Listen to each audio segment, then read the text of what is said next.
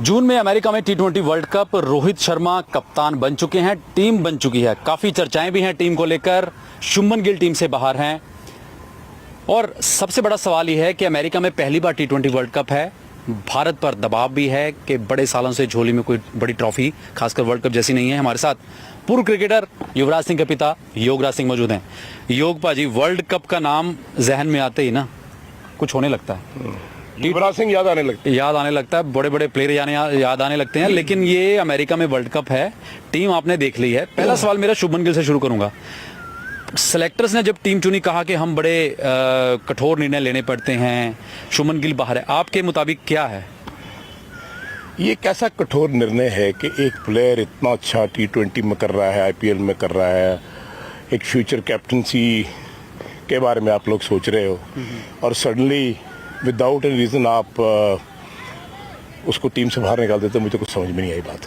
ये चीज़ें होती रही हैं, बहुत साल पहले भी होती थी, आज भी होती हैं और कोई सवाल करने वाला है नहीं। क्या करंट फॉर्म देखा गया है? क्योंकि इस आईपीएल की बात करें तो शुभमन गिल ठीक ठाक कप्तान है, पहली बार कप्तानी कर रहे हैं, लेकिन जो पहले किया क्या वो देखना चाहिए था? शुभमन गिल ड्रॉप करना बनता नहीं है। आई मीन वो आपका रेगुलर मेंबर है, he has been scoring runs और बट अब इसके बारे में चर्चा हम कर ही सकते हैं, बात अपनी कह सकते हैं, लेकिन ऐसा होता रहा है। बेस्ट ऑफ प्लेयर्स जो फॉर्म में थे उनको बहुत बार ड्रॉप किया गया। क्या रीजंस है वो कोई सेलेक्टर्स को सवाल करने वाला नहीं है, कोई बात करने वाला नहीं है, but I think Shubman Gill should have been in the squad. उनके जगह हैं जायसवाल, लेफ्ट हैंड बैट्समैन है, अच्छा उभरता बैट्समैन है, लेकिन बात की जाए दोनों की कि ओपनिंग स्लॉट में कोई एक हो सकता था, उसमें से जायसवाल को चुना गया। जायसवाल अच्छा प्लेयर है, आपको मैं समझता हूँ कि एक बेंच स्ट्रेंथ रखनी चाहिए। बेंच स्ट्रेंथ आपकी ऐसी होनी चाहिए कि अगर ऊपर कोई फेल हो रहा है, कोई प्लेयर रेगुलरली फेल हो रहा है, तो आपके पास इमीडिएटली एक रिप्लेसमेंट ऐसी हो जो जाते फिट हो जाए। और हर बात में युवराज सिंह की बात आती है, वो जाते इंडियन टीम में फिट हो गए, उन्होंने रन्स किए, फील्डिंग करी क्योंकि प्रिपेयर थे। सो आई थिंक बेंच स्ट्रेंथ ऐसी होनी चाहिए कि हाँ आपको लगता है ये प्लेयर को मैंने बहुत चांस दे दिए हैं। मुझे चंद्रकांत पंडित का यहाँ पे एक बात करनी पड़ेगी, क्योंकि हम लोग इकट्ठे मफतलाल में खेले 8-10 साल और उन्होंने बहुत कुछ वही किया जो मैं करता था वहाँ मफतलाल की टीम में। वो मेरे कंटेम्प्रेरी भी थे और पर मेरे साथी भी थे। सो आई थिंक ये बड़ा अच्छा है कि अगर आपका बैट्समैन स्कोर नहीं कर रहा है और आपके वो पायदान पर नहीं है तो आप उसको बोल सकते हैं कि भाई वो दरवाज़ा खुला, आप जा सकते हो। पर मैं समझता हूँ कि किसी को बगैर रीज़न पर ड्रॉप कर देना, बहुत सारे प्लेयर्स ऐसे हुए हैं। 2011 के बाद उमेश जब टीम सारी बदली, क्या रीज़न थे कि आपने 6-7-8 प्लेयर निकाल के बाहर निकाल दिए और आपने फिर वर्ल्ड कप जीता नहीं। उसके बाद जो टीम जीती है उसको कंटिन्यू तो करो एटलीस्ट एक वर्ल्ड कप के लिए। और किसी ने सवाल किया नहीं है, everybody was dropped.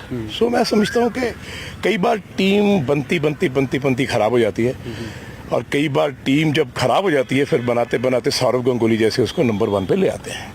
So I think ये बहुत इंपॉर्टेंट है हम लोगों के लिए ये सोच लेना कि प्लेयर को आप इमीडिएटली ड्रॉप मत करो, उसको एक वार्निंग दो कि देखो भाई हम तुमसे 40-50-60 एक्सपेक्ट नहीं करते।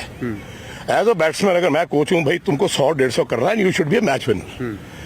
अगर वो उस पायदान पे नहीं है, you drop him, no problem. इस टीम में आपको क्या लगता है कि अगर बल्लेबाजी की बात की जाए, रोहित, सूर्य कुमार यादव, जायसवाल, विराट कोहली, आप ऑलराउंडर्स की बात करें और बॉलिंग डिपार्टमेंट की बात करें, अर्शदीप हैं टीम में लेफ्ट आर्म, तो स्पिन डिपार्टमेंट चहल वापस आ गए हैं, ये बैलेंस टीम आपको लगती है कि मादा है इस टीम में जीतने का?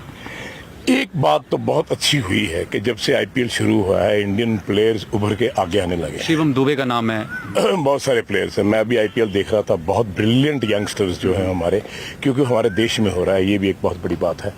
और जो दूसरी बात मैं कहना चाहता हूँ वो ये है कि ऐसी टीम बननी चाहिए कि जिस टीम में जगह बनाने के लिए प्लेयर को ये पता होना चाहिए कि अगर मैंने 4 मैच में परफॉर्म किया है तो मुझे अगले मैचों में परफॉर्म करना पड़ेगा।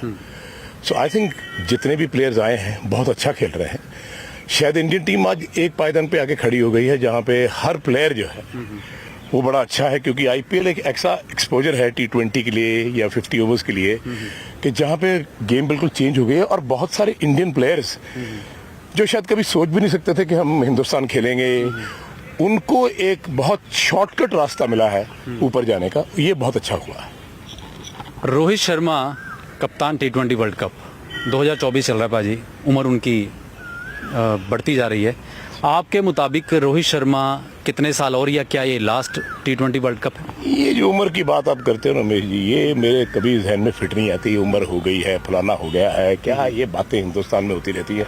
अगर आप सुनो ना यार बात, 40, 42 साल, 45 साल के अगर आप फिट हो और आप परफॉर्म कर रहे हो आउटस्टैंडिंगली, तो आपको उम्र क्या कहती है? एज फैक्टर जो हमारे यहाँ है, 40 साल का आदमी कहता है यार बस अब मैं बूढ़ा हो गया, मेरे बच्चे बड़े हो गए, अब मैं खत्म हो गया। प्लेयर जो है वो 40 साल के नजदीक चला गया, इसको अब निकाल देना चाहिए। Mohinder Amarnath 38 years old, world cup जिता के लाया आपको, man of the series, man of the match, आपने आते उसको निकाल दिया। क्यों? क्योंकि उसकी एज हो गई है। अरे वो आदमी आपको वर्ल्ड कप जिता के लाया। सो आई थिंक इंडिया में ये जो एज फैक्टर ये निकाल देना चाहिए। रोहित शर्मा एक ऐसे प्लेयर हैं, रोहित शर्मा और वीरू दो इतने ग्रेट प्लेयर है मेरी बुक में, कि जिनको शायद फिटनेस और ट्रेनिंग का कभी उन्होंने सोचा ही नहीं।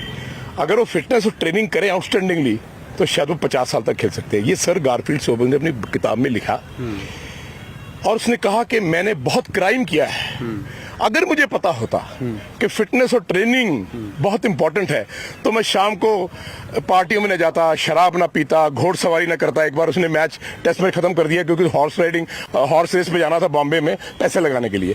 तो उसने बुक में लिखा कि अगर मैं फिटनेस और ट्रेनिंग करता तो शायद मैं वो इतने रन कर जाता जो जिंदगी में कोई आदमी सोच नहीं सकता। सो मैं समझता हूँ कि कोई भी प्लेयर हो, कोई भी इंसान हो, एज फैक्टर मैटर नहीं करती, हाउ फिट यू आर वो मैटर करता है। एक बात और है, इंडियन क्रिकेट में आपको लगता है कि प्लेयर जब भी रिटायरमेंट लेता है या प्लेयर लेने की स्टेज पे आती है, बीसीसीआई और प्लेयर के बीच एक कम्युनिकेशन होना चाहिए, उसको पहले बता देना चाहिए कि भाई साहब आप खेल रहे हो तब तक फिट है, या आप अपना डिसीजन बताते हो?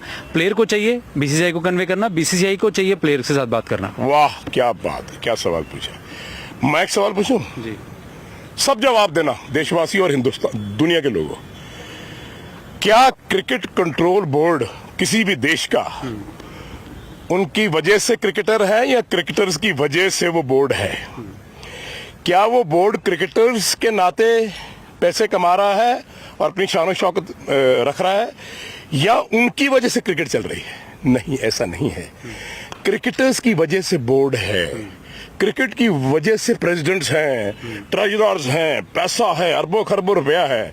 क्रिकेटर्स का एहतराम करना चाहिए, उनकी रिस्पेक्ट करनी चाहिए, उनकी इज्जत करनी चाहिए। ये हमारे देश में नहीं है।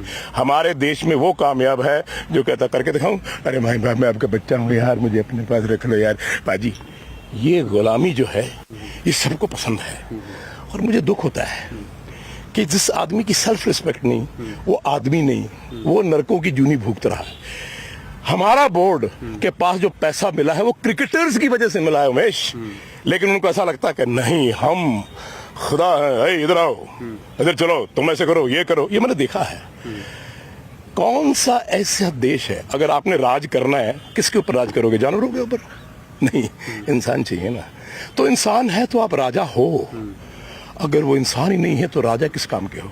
सो मैं ये बात कहना चाह रहा हूं, कम्युनिकेशन होना चाहिए। कम्युनिकेशन नहीं, एक पेरेंटल, वो पेरेंट्स, ये बच्चे, वो पेरेंट्स का जो बुढ़ापा है, उनकी गद्दी है, वो बच्चों की वजह से है। सो ये कम्युनिकेशन और एक दूसरे का एहतराम होना चाहिए। अब बात करते हैं world cup, T20 world cup America में हो रहा है। आईसीसी ने युवराज सिंह, द ग्रेटेस्ट युवराज सिंह को ब्रांड एम्बेसडर बनाया है वर्ल्ड कप का।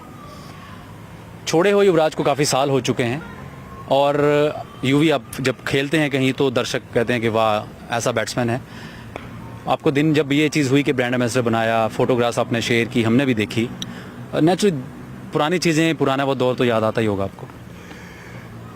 मुझे ये समझ नहीं आई आज तक कि हमारे इस देश में रहते हुए वो ब्रांड एम्बेसडर बीसीसीआई के क्यों नहीं बने, या जितने भी ग्रेट प्लेयर्स बने हैं वो आईसीसी ने उनको क्यों बनाया, रिकमेंडेशन उन्होंने क्यों दी? भारत रत्न युवराज सिंह को क्यों नहीं मिला? और मिलना चाहिए था, बाकी प्लेयरों को मिलना चाहिए था।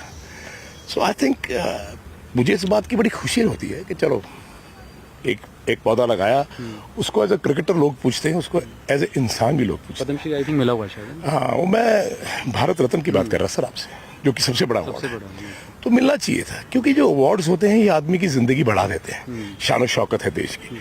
सो ये रिकमेंडेशन जो आईसीसी ने की है बहुत ग्रेट बात है, एंड आई अप्रिशिएट देम। और मेरी यूवी को देख के लगता है कि वो बहुत कुछ लीड कर सकता है, एज ए कोच बहुत कुछ कर सकता है, ब्रिलियंट है, एज ए एडमिनिस्ट्रेटर बहुत कुछ कर सकता है। लेकिन कमाल की बात है कि पीसीए और बीसीसीआई उसको रिकॉग्नाइज नहीं करती। कोई फर्क नहीं पड़ता, पर फिर आपने सवाल पूछा, इसलिए मैं कहना चाहता हूं कि मेरे लिए तो बहुत गौरव की बात है, फख्र की बात है, देश के लिए भी बहुत फख्र की बात है कि वो आदमी आज as an ambassador of ICC world cup को देख रहा है। एक लास्ट सवाल, अब वही बात करूंगा कि पिछला जो 50 ओवर का वर्ल्ड कप था, आपने बड़ी भविष्यवाणी की थी, भारत फाइनल तक गया, हार गया। T20 वर्ल्ड कप है, भविष्यवाणी मेरी वैसे कुछ तक तो ठीक थी। आप फाइनल तक आपकी सही थी, इंग्लैंड पहुंचा नहीं था फाइनल में, आपने कहा था इंग्लैंड इंडिया होगा।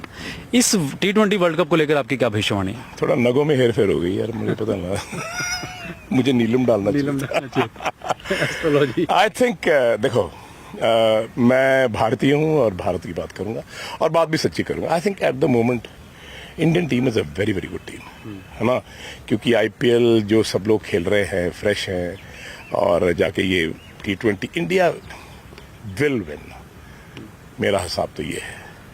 और शायद इस बार मैं ये बात कहना चाहता हूँ कि इंडिया जरूर जीतेगी फाइनल में जाकर। यस, चलिए उम्मीद करते हैं इंडिया जरूर जीतेगी। बहुत बहुत thank you Yogpal ji, thank you, बड़ा मजा आता है आपसे बात करके। Thank you. तो इस बार योगराज सिंह ने बोल दिया कि फाइनल जाएंगे और इस बार जरूर जीतेगी। भविष्यवाणी इनकी बहुत क्लोज रहती है, पिछली बार भी रही थी, लेकिन इस बार टीम इंडिया, सुन लीजिए, बहुत भरोसा है आप पर, लोगों का, भारतीयों का, पूरे दुनिया में रहने वाले भारतीयों का। जीत के दिखा दीजिए trophy. Video journalist Sunny Sidhu के साथ उमेश शर्मा, न्यूज़ 18 चंडीगढ़।